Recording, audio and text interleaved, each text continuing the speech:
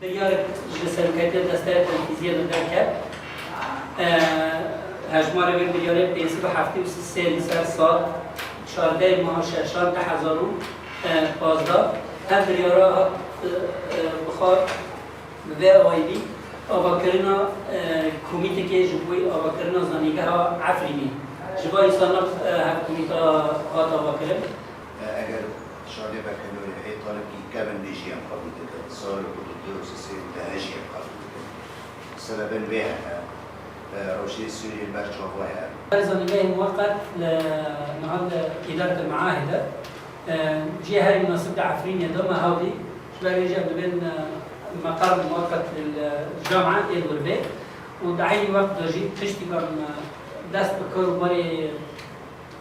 خاندنية بكن أنا جبوي مقركي بيدم مقركي دائمي أما بخابة مسألة اعترافي فرصة تانية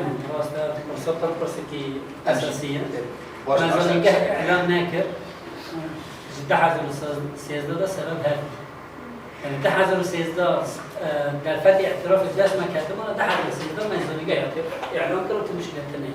وهجر اعتراف جمارنا أورمانج با يسود ده حزر السياسة ده ما يزال نجح إعلان كره تبربلا متنا بما بتاعه نجح كي خوي عمل كده فانجي هذني بأمشيني مسوج حميات التنا و إمارة بخاطر كلية اقتصاد زنيقة سليمانية جناها دو لكلين زنيقة وعفري نوارن شيكرن أم بنوي زنيقة وقبيل دكن لباكري كرستاني سوزني برقم هاتن دايكو أمام هفضلت ديكا من خباط اعتراف اتحاد الجامعات العالمية اعتراف اتحاد الجامعات العالمية بشو أويته وبالنقاط دي زانيجات بفريا ثاني وقت عمليات رسوم تسجيل يم بسيط هبن شاكرت وقت هر زانيجات كي تشاو قيدي خدماتك رسوم بسيط دي وفي زانيجات جبران كده.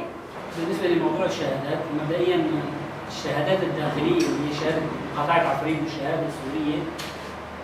شهادة مناطق النظام لا تحتاج إلى معادلات وممكن التسجيل مباشرة، أما الشهادات الأخرى